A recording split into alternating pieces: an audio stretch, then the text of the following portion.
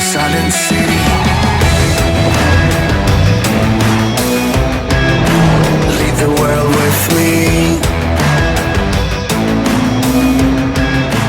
Nothing can stop me. Lead the world with me. The all-new Fortuner.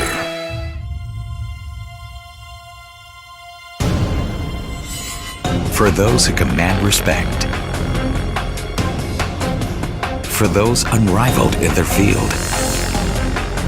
For those who see the world differently.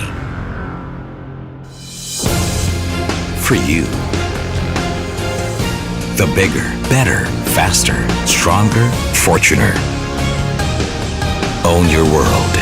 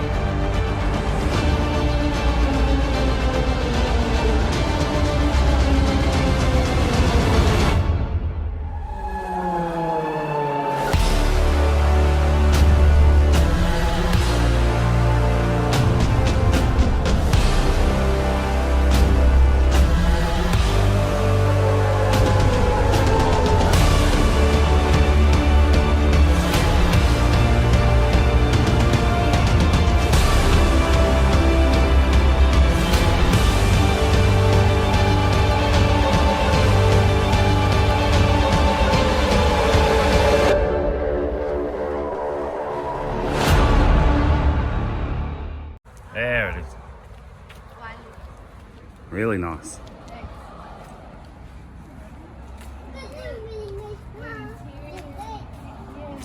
Right, they put the bow on it. Smells good. Put the bow on it.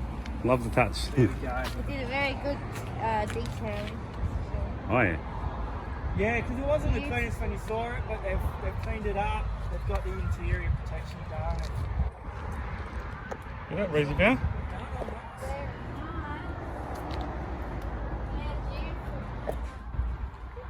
Right, look, here comes Grandpa. Yeah, I'm very happy. This is going to be so amazing for us. And the bull bar's on order. As soon as it's here, we'll sort it out. Ah, let's see what Grandpa thinks. Fixed up. Yeah. I'm so happy I get to. Ah, let's see what Grandpa thinks. You got a light? You got a light? Got a light. Oh yeah, you got a light, yeah. Yeah, Mummy and Daddy's new car. Yeah. Yeah. Yes. You can see better. Oh, that's nice. Oh, so they did. Yeah, they changed really good.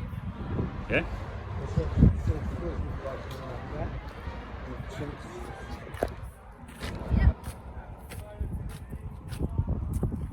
You don't need to worry about the light bar. Yeah. Where's Belle? Come on, look. Pull back a bit, yeah. Yeah. Yeah. I know. We're going to put it back. That fancy shit. Oh, what do you think, Rosie Belle? Is it good? Beautiful car. He's been really happy. Oh, they cleaned it up real nice. They're real nice. Come on, Rosie Belle. See that? You got the chrome doors on the Crusade. Yeah, and I see what you're talking about with this.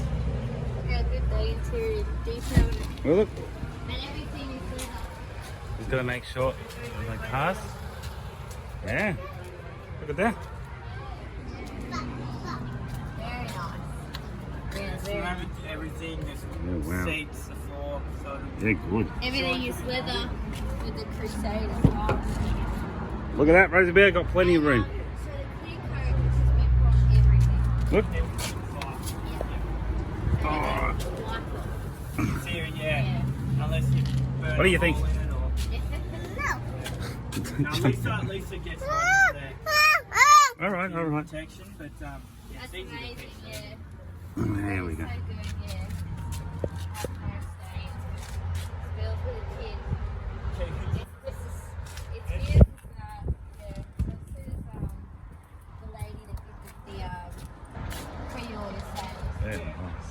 Yeah, told me about it. I was like,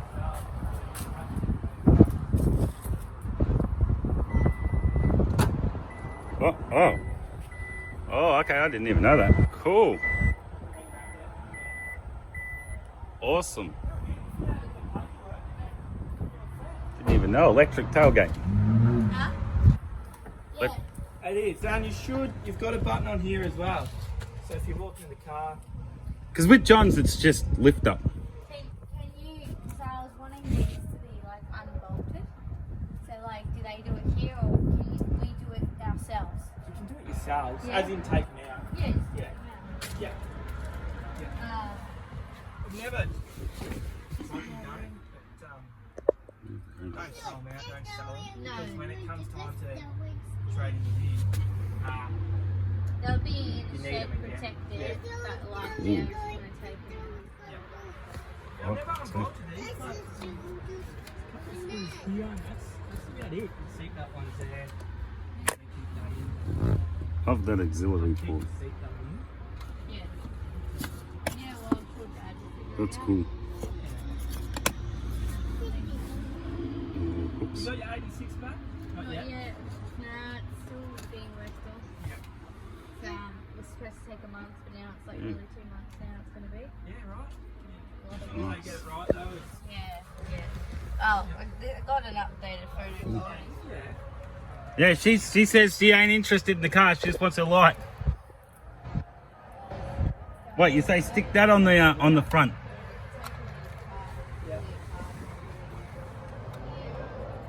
Yeah. Yeah, at this rate, Grandpa will get one yet. I reckon. very big, isn't it? Cool, you can have a look at how you were going to unbolt the seats. Oh, what? You can have a look. Yeah.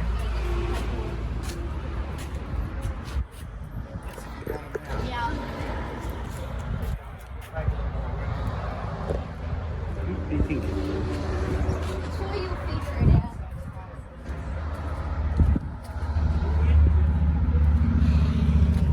Nice.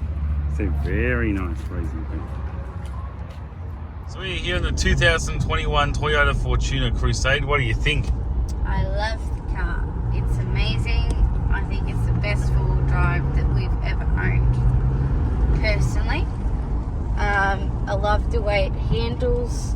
I love how comfortable you feel when you drive it, and you feel so high up, which is you feel like sort of king shit of the road. So as you can see, this is just this is before we put the bull bar on. We're a couple of weeks out from that, but the fuel efficiency. What do you think? Like any other four-wheel drive, it costs a lot of money to fill up, but that's with every four-wheel drive and the fuel prices at the moment. But the distance that you get out of it and the fuel economy is actually really good from what I've so far experienced. I think it's worth it, and you get a lot of Ks before you have to fill up, which means it's a big tank and it's quite fuel efficient. So, what would you say about power and acceleration? For a big car, it's got a lot of power. And for a car that's heavy, it's also got a lot of power. Compared to the old model Hilux, its power upgrade is like probably more than half more power than the old Hiluxes. I think you've got a lot of towing power, a lot of speed for a big car, so I'm very happy in that department with power. What about handling? Handling's really good. I've been All driving right, on the quartering and everything. Great Ocean Road, and quartering's very good. The turning circle is actually really good for a car this size. They did a really good job with the turning circle. You can cut corners quite easily and just go through them without even an accelerator. You just cut the corner in, and yeah, it's amazing. It does such a great job with cornering. So even that is really good as well. And generally you can't say that with bigger cars. The cornering's generally a bit off, but for the Fortuna, whoever designed and engineered the cornering in this car did a really good job. So what do you say about all the different features? You got Apple CarPlay. Yes, it is wired through a cord, but you can also get a little device that we're getting to make the wired CarPlay wireless. Yes. Say the touchscreen's really good. In the Crusade, which is your top model that you can get, we get everything. Heated seats as well, left and that's right. Leather. Everything is real luxury and comfortable while you're driving. You've got more safety features, heated seats. As well, showing off. So you got your. So that's not dual climate control. That's normal climate. But in the back here, you can change the fan speed. You do have that. A little bit of more features. And you got vents on each side as well. And I really like how they put the vents up on the roof. Yeah, I showed that. Instead of putting it in the console. But you got plenty of space there in the back, as you see, and the boot space is massive. Yeah, there is so much room and space in this car. You could fit. We've got 2 big suitcases, and there's still plenty of room in the boot that you can put things in. Yes, and you've got a cooler. Oh, where is it? There we go. So in here is a cooler box, and you've got a little vent there that you can see, and it blows cool air out all the time. So we have a little mini fridge. Yeah, so you can put like your water bottles and your Coke cans and everything in there. I love how you've got the cup holders on the side here as well. You got it over there as well. Cup holder there. You can put bloody drinks in there, in here, in your cooler box. You got 2 cup holders there as well. Like they did really good with the cup holders. You can't whinge. It's really good. Yeah, they did amazing. With the Crusade model, you get wood grain effect in your center. Yeah, so you see that? It's got the wood. It feels very nice. You got that up there. Everything's leather. We got the interior coat. Yes. So the auto use ceramic coating, which basically makes the whole car stain proof, spill resistant, water resistant, and everything. So. And you've also got down here as well. So as you see there, that switch. So you got H2, H4, and L4. They're your 4-wheel drive controls. And you've also got your traction controls with Eco, Normal, and Sport.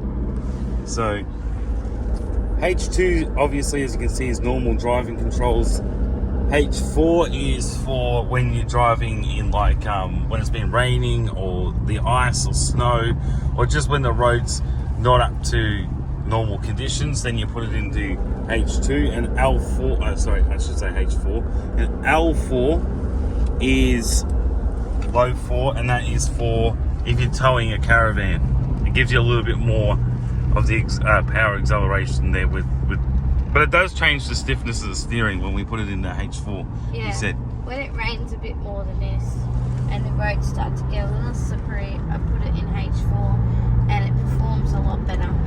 You feel like the tires have so much more grip and you don't feel like you're going to spin out in any way. No, I haven't put it in sport mode yet, but eco mode, I put that on when we're at a quarter of a tank, and I tell you, it does very, very good on eco mode. It just bites down like a lot slower of the fuel. Yes. So even that works really good, but still don't know what sports mode's like yet. But I could imagine if in normal the acceleration's this good and the power output's this good, you put it in sport, it'd be really, really good. Yeah, as I said, it's got a lot of power for a big car. So overall thoughts for the price range and everything that you're getting? Oh, it's 100% worth it. You're not going to find a better four-wheel drive on the market. There is no better four-wheel drive on the market.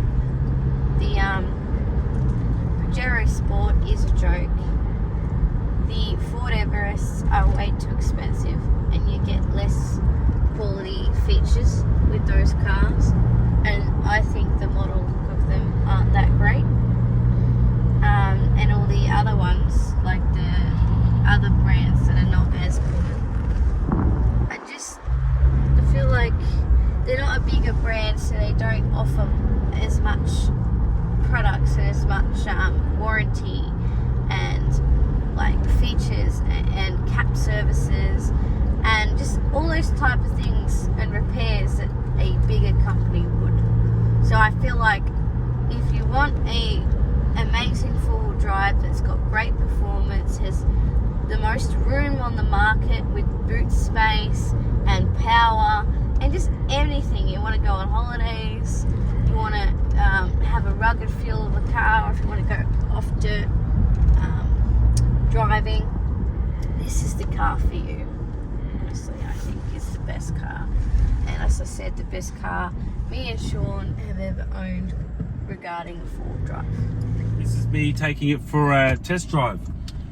Now, we've had this car for a while up until this point, but I gotta say, everything that it does very well. It is feels like a mixture of a four-wheel drive with a Lancer, with a Mitsubishi Lancer. The power output and delivery of acceleration goes very well, especially when you whack it in sports mode. It's got 3 modes. It's got eco mode, normal mode, and sports mode. Eco mode is obviously the eco fuel efficient mode.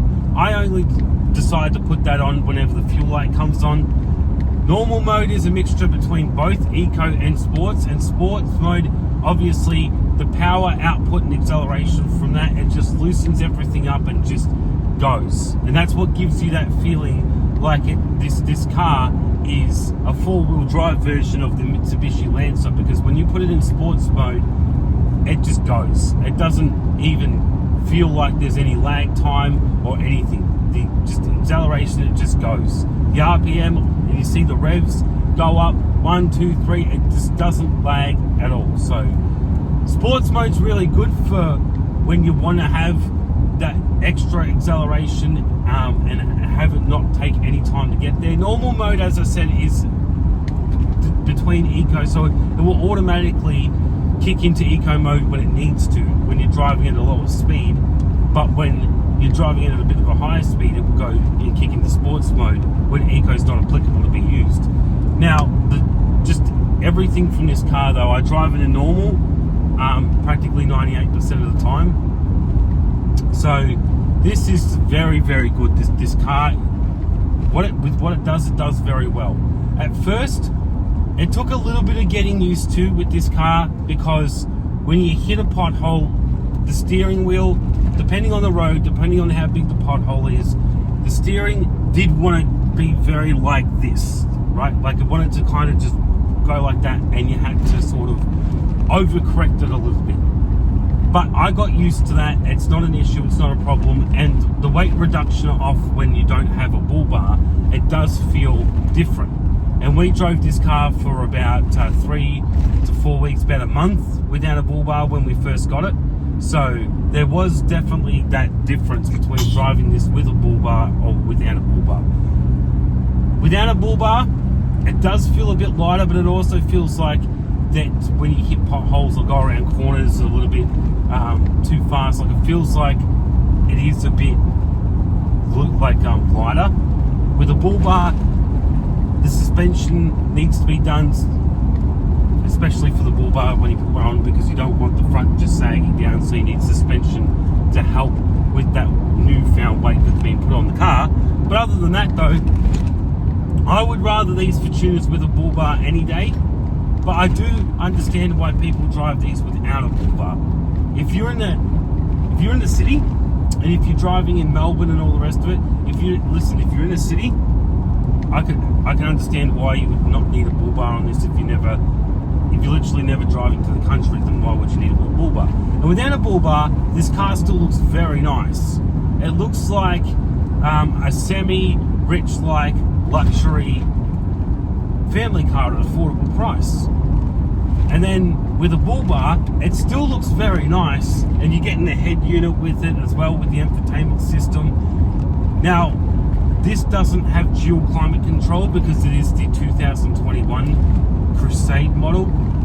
But when you got the GXL 22 model, what I don't understand is that has dual climate control. Now, there was only 6 months difference between our model and John's model. And only 6 months difference. His wasn't a Crusade though. His was a 2022 Toyota Fortuner GXL base model.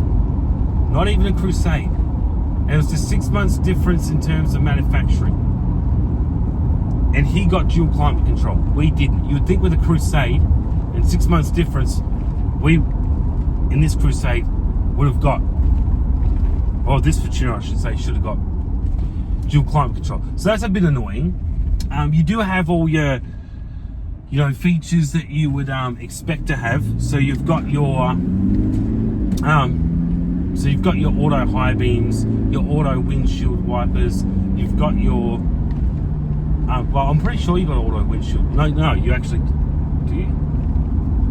No, you don't have auto windshield wipers actually, but you do have auto high beams, which I think they needed to. They took that out of the oven too early. It needed to bake a little bit more. But you've also got with the auto high beams and also with the auto headlights, they're integrated together. So when the headlights come on, the high beam will come on. If you've kept the high beam stuck on though. Right, so roughly at this time now, it's decided to kick the high beams on right about now, and it is 7:31 at night. So, and it's not dark outside, as you can see with the surroundings and stuff. It's not dark, but it kicks in the auto headlights. The auto headlights I don't have an issue with. That's really good. But with the auto high beams, again, it's something that needed to be cooked a little longer or baked a little longer.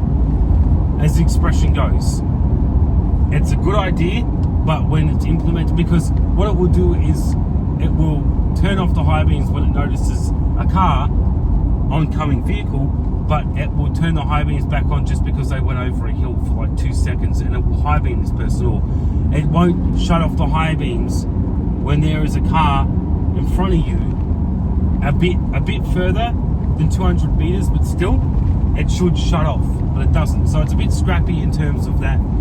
Now this, as I said, doesn't have auto windshield wipers or anything like that, but windscreen wipers. But there's an issue with that too, because sometimes there would be all this water on, and I don't have the sensitivity turned up. This was on the Outlander that we had, and that had auto windshield wipers, and I would have it to super sensitive, right? Where if there was just 2 drops of water, it would go off. And sometimes it didn't even do that. Sometimes the whole windscreen would be full of water, and I'd have to manually turn it on myself, regardless of the fact that I had it on auto. So I do like not having auto wipers in this, because the auto windscreen wipers and the high beams are something that need to be essentially taken back to the drawing board and sort of redone and repurposed. It just needs to be, they're great ideas, but implemented just a little bit better.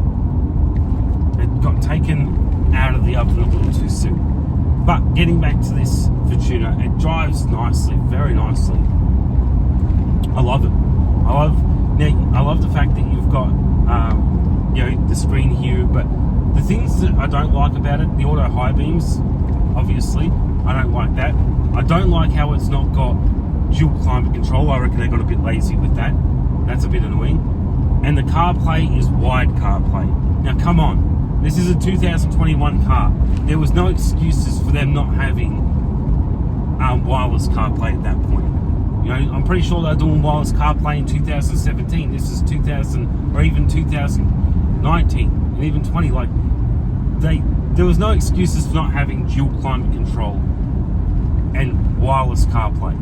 I reckon they just got a bit lazy with it, honestly, because they were just same model, same thing. They just changed a couple of looks on it, made it look a little bit better with the face and all the rest of it. But I reckon they get a bit lazy with the Fortuners too, because you have the GR Fortuner and they didn't even change the engine in it. But these are just nitpicky problems, In terms of what I actually love about the car, I love the feel of it. I love the handling.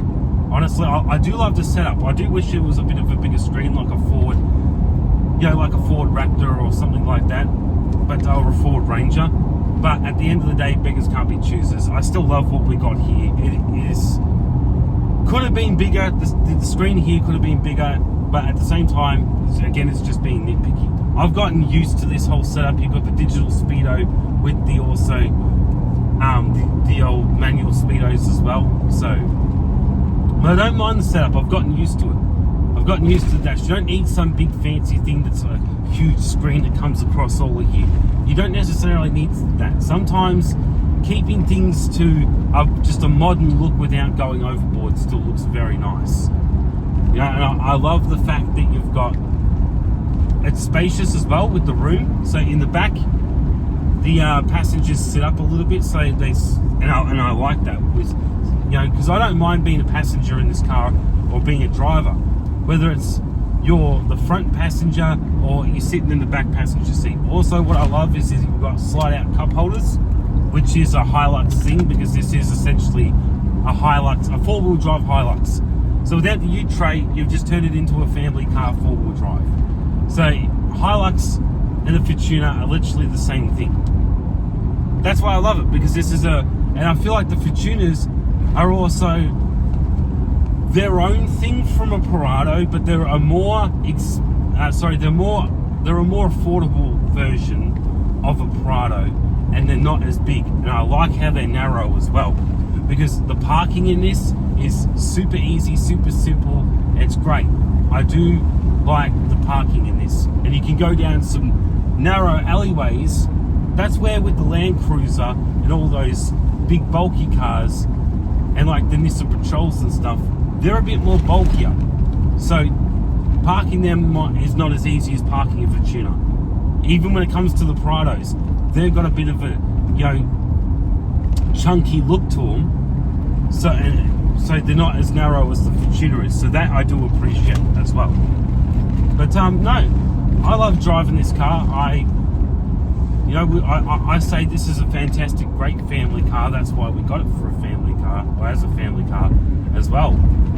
But you can just sit here and you can relax. We've also got heated seats too, so that's very nice. The only thing is with the heated seats, you can't adjust the heat setting. It is just one setting, left and right, and that's it. But it does get quite warm. At times, I wish that there was a heat adjustment, because sometimes it can get a little too warm. Sometimes it can feel like it's getting a bit hot, or it can, cause a bit of back cramps too when you've been sitting for a while and you have it on. And it can be a cold night too. And it feels really nice, but you've had it on for a bit too long and it starts to give you back cramps. So I wish that there was an adjustment setting to be able to adjust the heat setting. Even on the Toyota GR86s, with the switch for the heated seats, they have high and low. I reckon they could have at least done that in this. At least given you a high, medium, or low, even just a high and a low. But no, all in all, I absolutely love this car.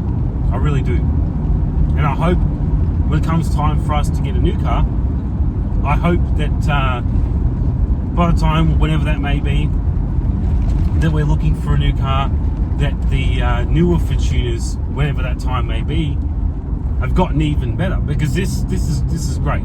As I said, without repeating myself a million times, would I recommend the Fortuner? Of course I would. It was the whole reason why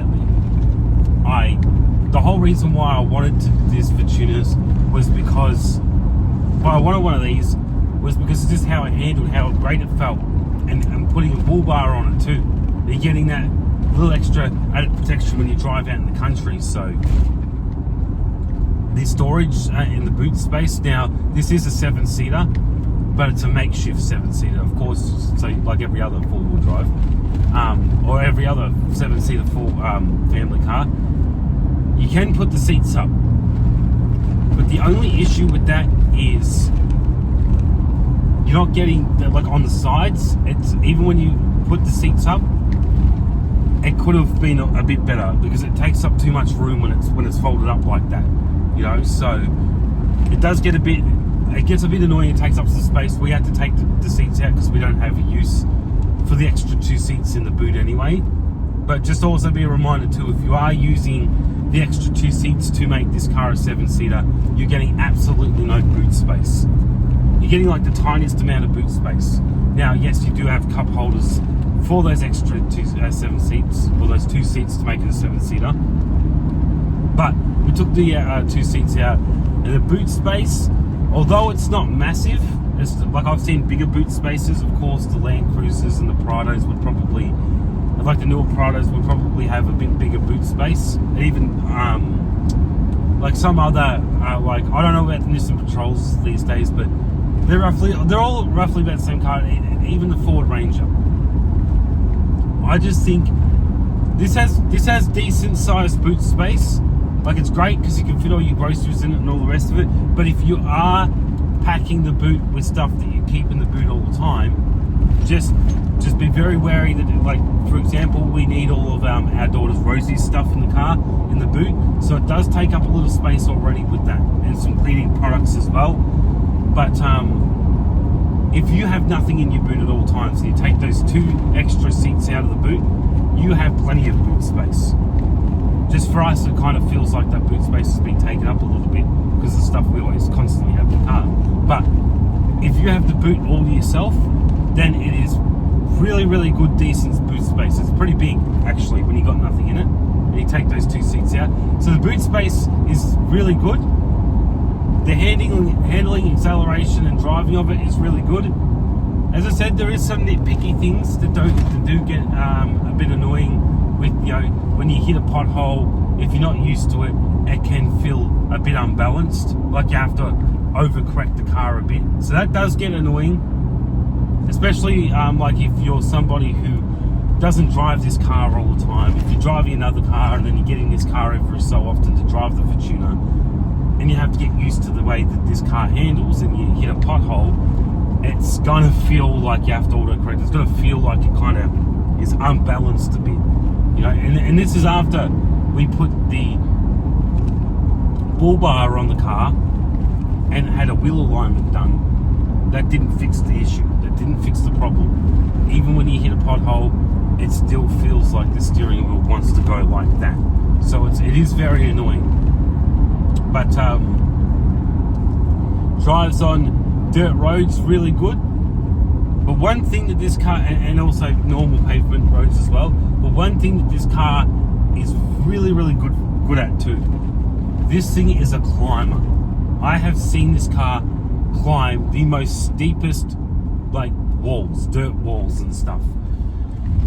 And I haven't personally done it myself. I've gone up some really steep inclines though. But yeah, Paul, I've gone up some really steep inclines with this car, and with other vehicles I've struggled to go up that, like for example in my Commodore or even in the Outlander. And this was like a 98 VT Commodore. It was in a Commodore 2005 Executive VY Alotech, and even in an Outlander. And they weren't able to, like, they really struggled to get up this one certain incline, this hill. As soon as I did it in this Fortuner did it ever so effortlessly. Didn't even need to try, didn't need to push this thing just goes up incline, steep hills, and goes, like, even those roads that go up on an incline and a bit of a bend, still does it almost effortlessly. So this car is a climber, but it is a Lancer 4-wheel drive. That's what it is. It's like you put the Lancer mixed with the Prado and made it more of a narrow car, but it handles very well. So I 100%, well, more than 100% and 10% say that if this is what you're in the market for, and also for the price range too, because the Prados are just overpriced. They're over $100,000. This is a 2021 Toyota Fortuner Crusade, and this was pre-owned from the Toyota dealership, and even then it was $60,000, $60,000 to $70,000, right? So, and that's even pre-owned. And the previous owner had it for a year beforehand too. Yes, they took care of it. There were some things they could have taken a bit better care of, but all in all, they took care of it. The dealership cut and polished it up, did a detail on it, everything. And we also got the spray put on the seats so you can just wipe it off. It doesn't stain the leather. And I also do like that too. I do appreciate the leather as well. I love it. As you can see, this is a beautiful car. Now, we haven't got the bull bar on it yet, but it did come with a light bar, and that's great. We got it pre-owned and with 60,000 Ks on it, which is really, really good. But it drives like brand new though. This car, I say, is the best four-wheel drive on the market. Like, especially in the price range. Because with the Land Cruisers, they're big, wide. You see this? Nice. It's not too big. It's got nice narrowness to it as well. So it's easy to park, easy to drive. The handling is really, really good. You get a bit of that rugged feeling, but not too rugged that it's unbearable to drive. This has got really good handling. But as you can see, look at that. The body is just nice. Now, I know it looks a bit funny, a bit bare without the bull bar, but I say though, it does look nice to an extent without the bull bar. It looks nice to be like a car that you can drive in Melbourne, that you can drive in the city. Without the bull bar, it looks like a very nice luxury family car. But you need the bull bar on it when you're driving in the country, or if you live in the country. But even in general, you need the bull bar on it. That's just personal preference. But as you can see, you've got so that's headlights and high beams. Then you've got your fog lights, and down here you got your indicator and driving lights, or parking lights, depending on whether you're old-fashioned, what you call them. And the logo's apparently got sensors in it as well. So, and you've also got, as you see here, you've got the, so this is on the other side as well. So you've got one here, as you can see there. And there's sensors as well, so on the left and right. But they could have done with having sensors across here as well, which would have done good, because you're only getting it on the left and right hand side. So it's a bit of a pain that you don't get the sensors across. But I love the look. I love like how you've got it come up here as well. Looks very nice. Love it. And then you've got the nice rims as well. And side step. So when we take a look on the inside, very nice. Look at that. Lovely luxury seats. We got leather. So you can get fabric or leather, but we went for the whole leather, and we got it sprayed too, so if there's any spills you can just wipe it off with a wet wipe. And as we get in here, you've got the push to start. So you just put your foot on the brake, and as you can see on the dash, it tells you to press brake and then start engine. So foot on the brake and push that at the same time, and you're good to go.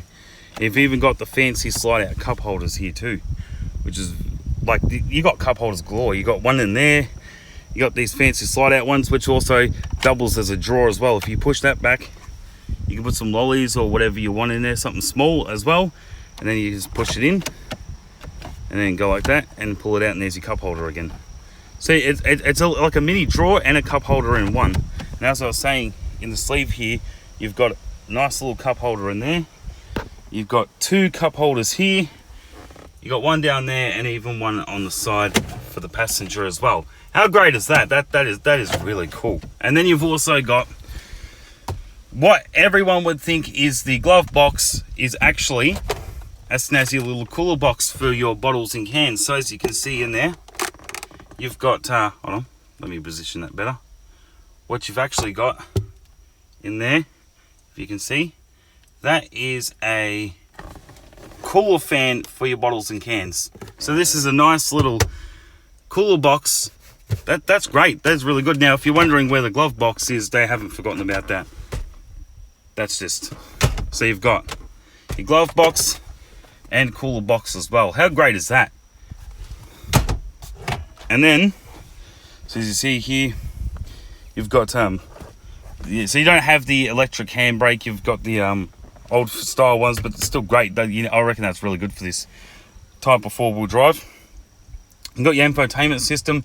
Now, you don't have dual climate control like what you did in the Outlander, but it still doesn't matter. It still works very, very well with the air conditioning. You've got your screen, which is decent size. It's not like anything super big. It's not like a Ford Ranger or a Tesla or anything, but it's still decent sized screen. The only thing that I have an issue with is that it is wired CarPlay. So as you see, you do need the lightning cord hooked up to the actual thing, to the actual infotainment system, or however you call it. You need the, let me say it again. You need your lightning cable hooked up to the infotainment system, to the actual car, for it to do wired CarPlay.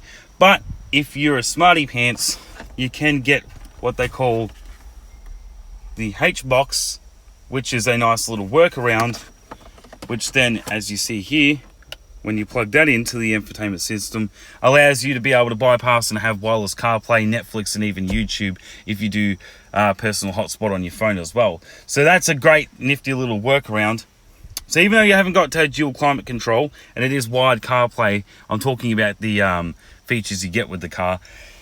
It's still really good, but you do get some of the, this is the Crusade model, so the Toyota Fortuner Crusade model, and you do get right and left heated seats as well, which are lovely at night when it's really cold outside, and it's just great to be able to have those heated leather seats as well.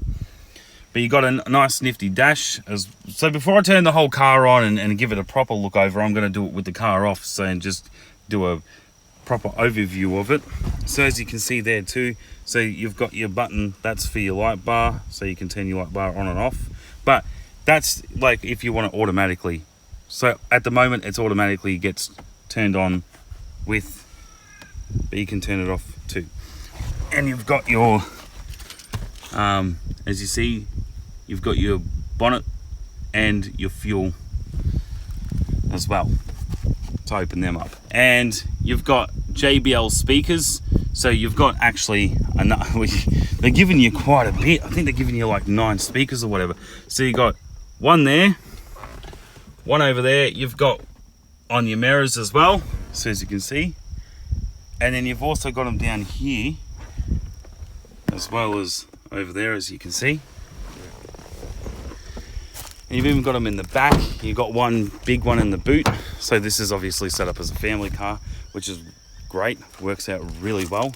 You've got a lot of space. It may not look like it. It may look cramped, but you still got a lot of space. It may not look like it, but when you get in the car, you've got more than enough space. So as you can see in the back there, you've still got good room in there.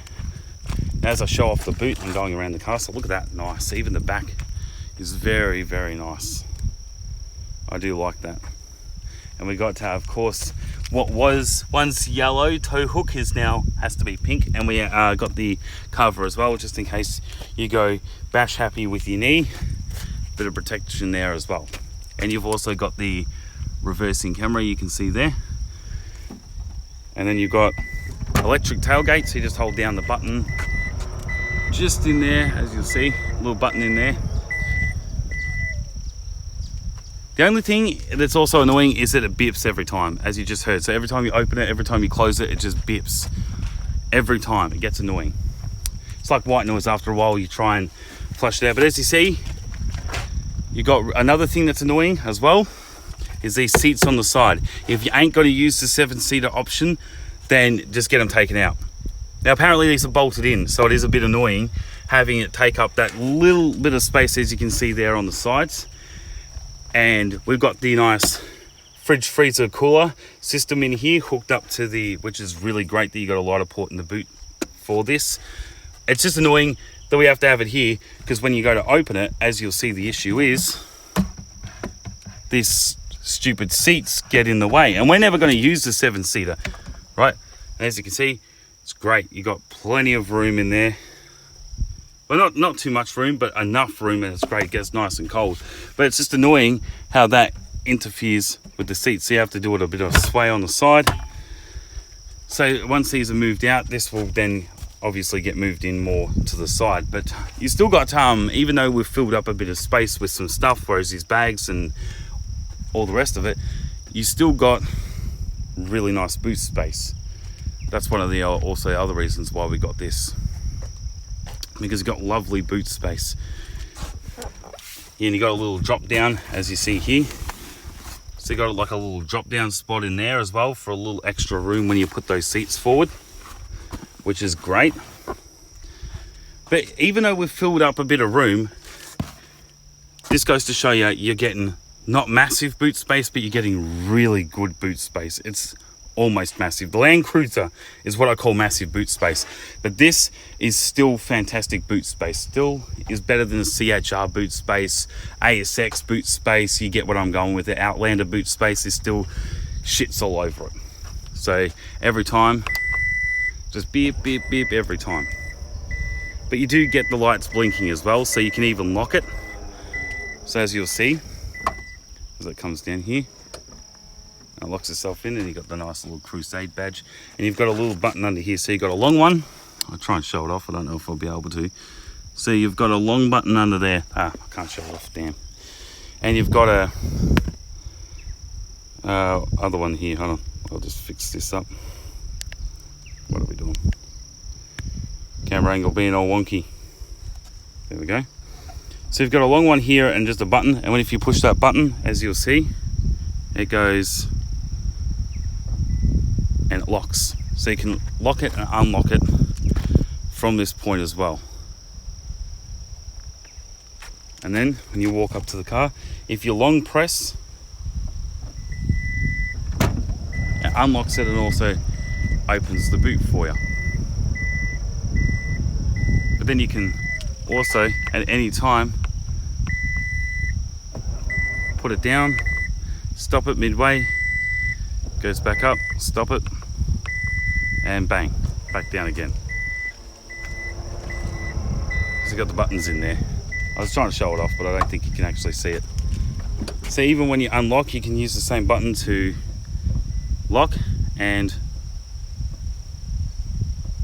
I think we go, there we go.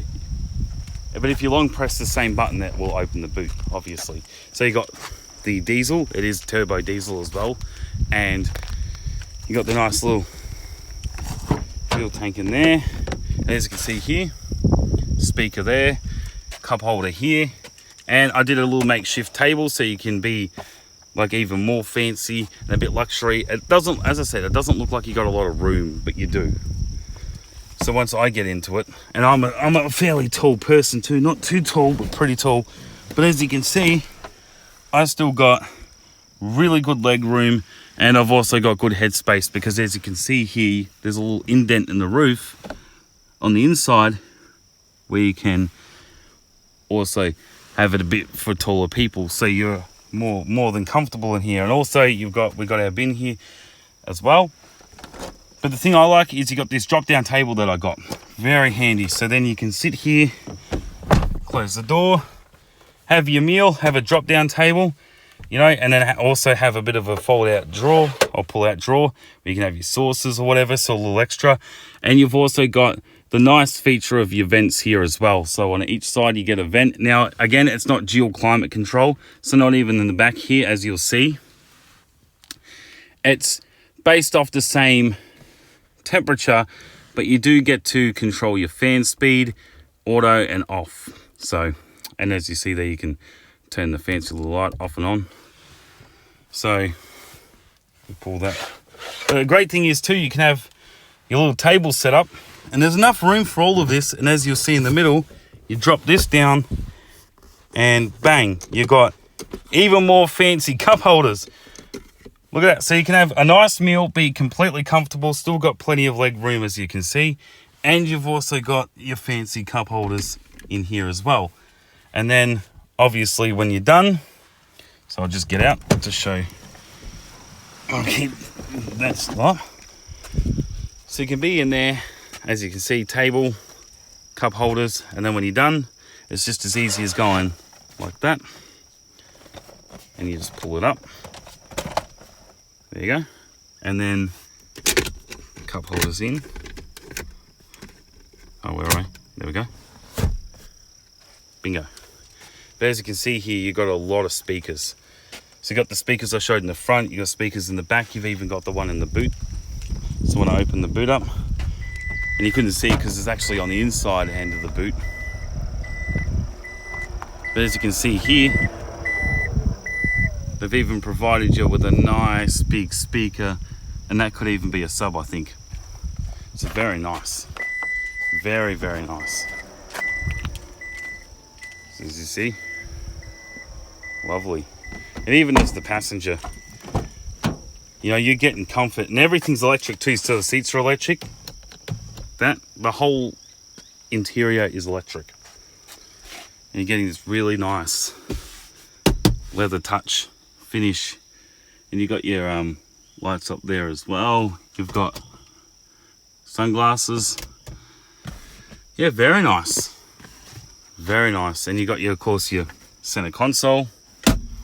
But then when I get into the finally starting the car, because I wanted to show it off normally, because there's plenty to show off before you even start the car up. And then when you put the car on, so as you can see here, there and there, you get a little Toyota and you get the Fortuner. Little animations come up. That's great. I love that.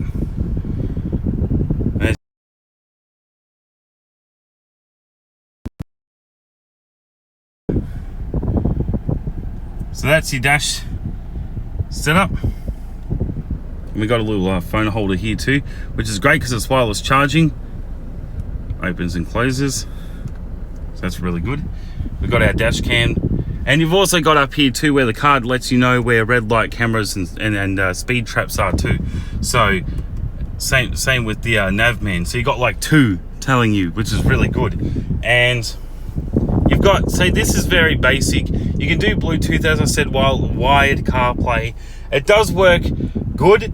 But as I said, you got this little it's called the H-box little workaround. When you plug that in, turns your wired CarPlay into wireless CarPlay, and it works very good. And I've also got the lights installed as well.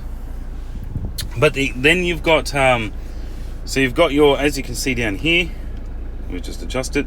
So that's your, as I said, right and left, heated seats. It's just a bit of a bummer you can't control the heat temp. That would be nice if you could control the temperature of it, but I guess it still works very good for what the automatic default level setting it's on anyway. But so you've got H2, which is your normal driving, four-wheel drive setting. Then you got H4, which is if you're driving in ice, snow, mud, or rain. And then you've got your L4, which is you put in if you are towing a trailer. So the rules of this is you keep it in H2, but if it's raining, you put it in H4. But you can only go from H2 to H4 under 100 Ks. And then you can put it from H4 back to H2. Just as long, you can only fiddle around with this as long as you're going under 100 Ks. Now, to switch it to H4 to L4 and L4 to H4, you need to have it in either park or neutral for it to work, or else it won't work. So practically easy terms, under 100 Ks, these two, neutral for L4, H2 is normal, that's rain, mud or snow, and towing a trailer. That's what you need to know about those controls, just in case you're a bit confused. And then you've also got, as I said, not dual climate control, but you can even control the rear. And so as you just saw when I was showing that off as well. So got that set with those vents, and it's really good for Rosie as well. And even the passengers in the back seat. But you got where you can control the temperature here, and it goes all the way up to 32 and then just plain high. And then it goes all the way down to, 18 and then low. So just to have it on 20, and as you can see here, you can also have it on front, just like all normal. But the great thing I do like about this is you can have, as you can see, it's on your feet, but you got front demisters. So that's really good. And then you can also have your rear as well, demisters, like always, your AC. So that's all basic, but still very nice. And then you've also got this here, as you can see, a little outline. If people are sitting in your back seat, it can tell you who's not wearing a seatbelt and blah blah blah, or all the rest of it. Passenger airbags, And then when you go onto your dash here, it's very nice. I love the blue. So at night time, like for example, if I put the, you're not going to be able to see it, but when I turn that off, see if you focus on that, it goes blue when the headlights are on. So you can see the very faint, let me zoom in, very faint, because you can't really see it, it's during the day, but it goes blue. And that's very nice at night time. So you do have auto headlights, but you don't have features like auto wipers, you don't have auto windshield wipers, and you also don't have blind spot detection on your mirrors either, which is a bit of a shame. But you know, beggars can't be choosers. You're still getting a lot of packed with features in this car as well. So it's luxury, a lot of room, lovely. And also, so when you go through the dash here, I'll zoom in on this so you can see a bit better. And you've got, so that's your auto speedometer, obviously digital speedo. That's after reset, yep. Driving range, eco indicator. There you go, as you can see, you've got savings. Now, as I was saying, you've got sensors on the left and right hand, but it would be nice if you had sensors like the Outlander all around the front, which is a bit of a shame that you don't have that. But then back to digital speedo, and as you can see here, you've got your well, I think that's GPS or radar navigation that nobody uses. Audio off, which, yeah, all these features is just here. That's your cruise control. So obviously you do have the sensors for cruise control, which is really good. So you've got auto adaptive cruise control, which is great. So radar ready, and as you see, it's also got the speed sign detection. So that's what that is there, which is really good. I'll zoom out, and I'll turn that off. So it's a little thing here, that's for cruise control.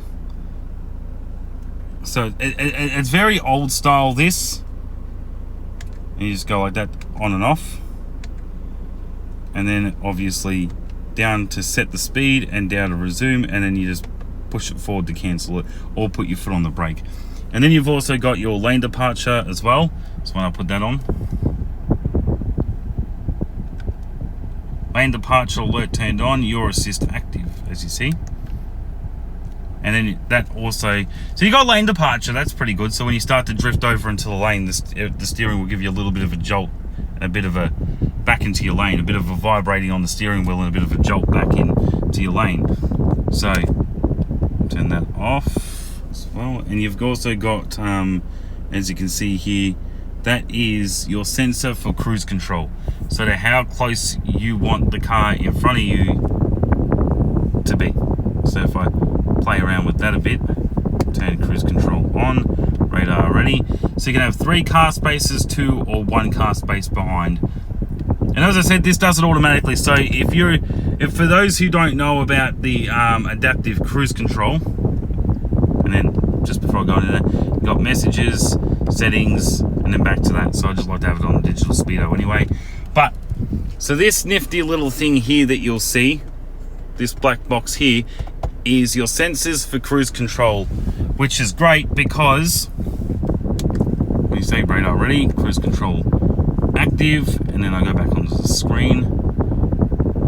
So what you'll also notice as well is, and I'll put that on just for the little fancy feature while I'm talking. But adaptive cruise control is where you don't, as you know, with normal cruise control, you don't need to have your foot on the accelerator. It drives normally at whatever speed you set it to. But the adaptive cruise control uses sensors to then sense the car in front and automatically slow down and even come to a complete stop if it needs to. So that's really good. You don't even need to slow down for the car in front of you. It will automatically slow down for any vehicle in front of you, which is really good feature. So that is what I do like about cruise control. Well, the adaptive cruise control is it does have sensors for the car in front of you. Very fancy stuff, that is. So yeah, let me turn that off. Go back to the, so we can just push that button and go back. Okay. And yeah, so with your infotainment system here as well, so as you can see, you've got home, which is obviously, that's the screen it's on. Menu, which gives you all your settings. audio, which then obviously you pick what source, map, which then takes, which is nobody uses because this is old technology and it was janky at the time and it's even jankier now. So have it back on home anyway. You got channel, track, phone, and apps. So, and as you see here, as I've been showing off, you got your steering wheel controls, right? So you skip song, up, down with the volume, mute the, hold to pause. Actually, I know it says mute, but it actually pauses the song. So I do like a good pause button on the steering wheel, which is very nice. But you've even got with the center console, which is very comfortable to put your arm on as well. And it's a bit, you know, you got a bit of depth to it as well. So they're not stooging you or anything like that. They're just more traction controls and all the rest of it. You got your eco mode, norm, and sport. So as I show up on the dash here, when you push them, so at the moment it's on normal, but you got eco, that's normal, and sport mode. And the difference between them is eco, the steering wheel and acceleration kind of locks up and becomes a bit more stiffer, which then you know, allows the revs to be down at a more, for example, if you go on 120, the revs will be, the car will try and do it in a way where the revs will be lower at 120 or 110 or 100, depending on what speed you're going. But save fuel, that's fuel saver mode. Normal, it will use eco when it needs to, but sport when it needs to. So it's like in between both. And sport is just if you want to go. If you want to put your foot down, if you want to have some fun, everything loosens up. The steering wheel loosens up, the acceleration loosens up, and it just goes. And the power output and acceleration in this car is fantastic. Really, really, really nice. Can't fault it. So, yeah, I mean, from what I can say about this car, and it's a really nice, comfortable car to be in. Really nice, comfortable car to drive. You've got your luxury features, but also not forgetting that it is also a four-wheel drive as well. So I'm just trying to get the back seats there. There we go. Very, very, very nice car. Can't go wrong with this. You can't go wrong with a good Fortuner, I'll tell you. The car is worth every bit, and the sound quality that comes out of it is really nice as well. So as we see, really, really nice this is.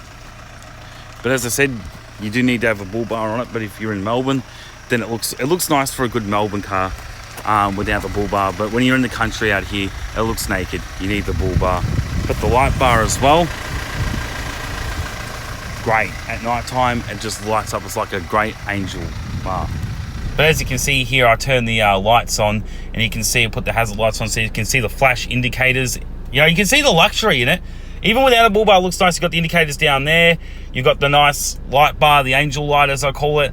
The fog lights even. So you've got the light bar there, and it just looks very flash. It looks very nice. Even without a bull bar, I can still appreciate the looks of this car. And for under $80,000, you can't do wrong. You like, it is a bit of money, don't get me wrong, you know, but for under $80,000, it's still a very nice car. You can see the flash, luxurious look in it, I should say.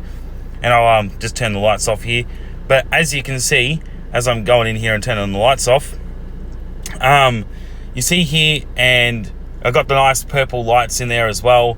So you can see that front, back, footwells, very nice LED light color changing, and you can see the back here. Like, the whole car looks nice, no matter from what angle you look at it from, the back or the front, with or without a bull bar. I still love, like, a lot of people would say it needs the bull bar, and I do agree, it does need the bull bar. It makes it look more meaner and more tougher as we come around to the front of the car here again.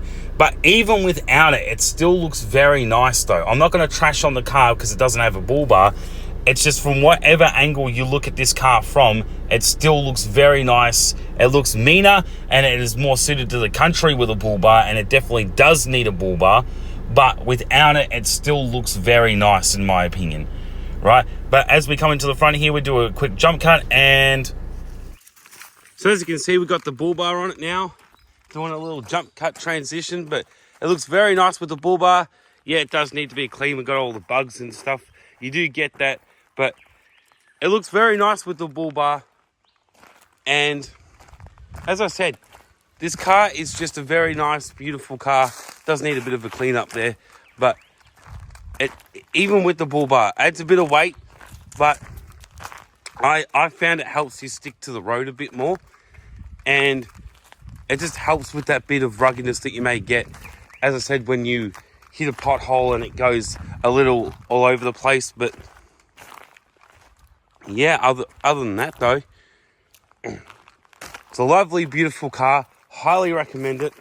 So if you're on the market for an affordable four-wheel drive or semi-affordable, because it was $80,000, as I said, but also I want to show off too, there is, because you've only got wide CarPlay in this, so you have to hook up your phone charger, USB, and a lot of it is USB-C now. As you can see, that's USB-A. So you've got this nifty thing anyway. It's called the Highbox.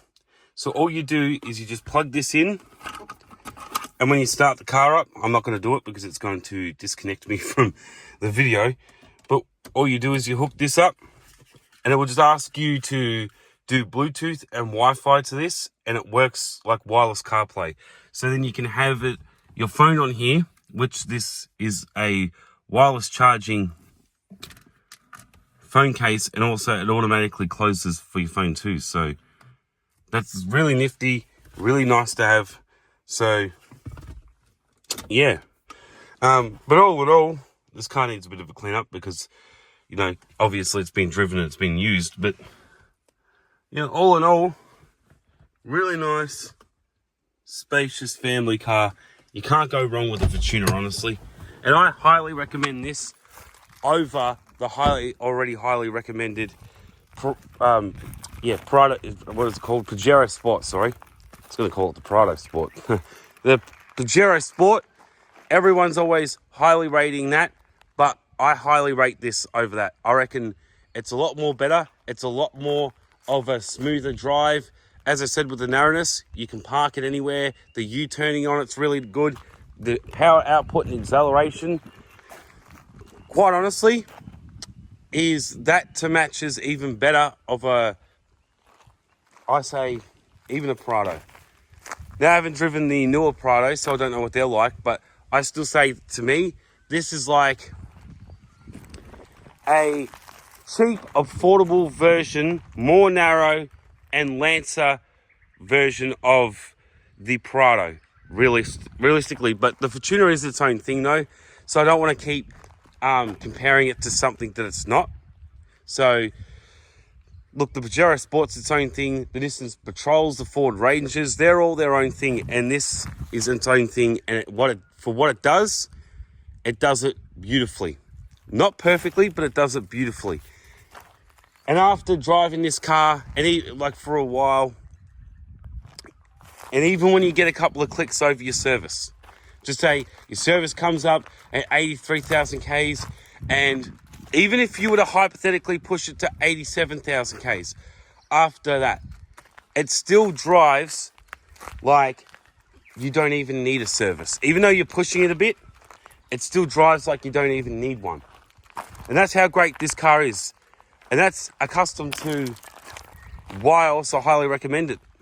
Even when your wheel alignment's out, you may feel it, but this car will certainly still drive like the day you got it.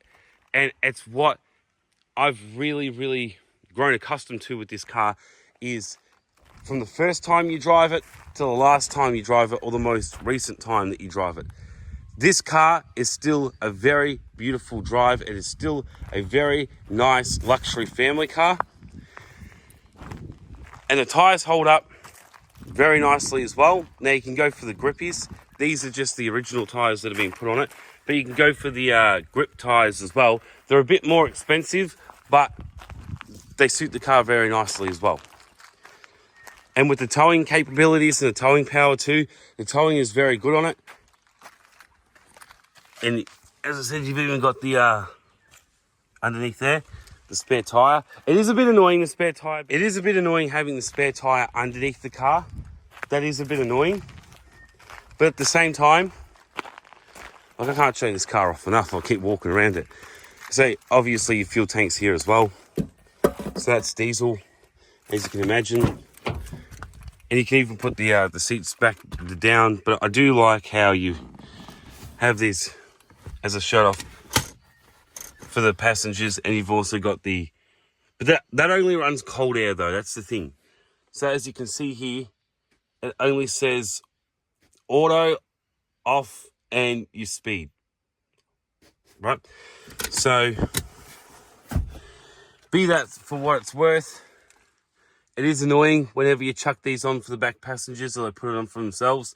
It only has cold air. It doesn't adjust, even if you're running the heater in the front. So bear that in mind. No dual climate control. And for the back passengers, you're only getting cold air. So it's only good for the summertime. For the winter, not too good. They're best just trying to run off and circulate the air coming from the front. So that is a bit annoying, but you're getting full electric seats and everything. So just doubling down on all the info. But yeah, highly recommend this car. When we get a new one, I want it to be another Fortuner. Hopefully they've done, maybe not differences with the engine. But I'm not saying I'll change the engine, but I'll definitely make a little bit of changes to the ruggedness feeling a bit from when you may go around a corner a bit too quickly, or when you hit a bit of rugged terrain, pothole or something on the road. I'll definitely change that. But as you can see, with all the buggy bugs on it, definitely needs a car wash. So I'm heading back to Melbourne today after this, and it will definitely be getting itself a nice little bubble bath. But yeah, this is the 2021 Toyota Fortuner Crusade. I could be butchering that. I'm pretty sure 2021, 2022. But anyway, I'm just going to say it for the sake of it. This is the 2021 Toyota Fortuner Crusade. I almost butchered that again. And thank you for watching this SMS showcase. As always, if you're not videoing it, it ain't worth shit. I'm going to do this. And take care, guys.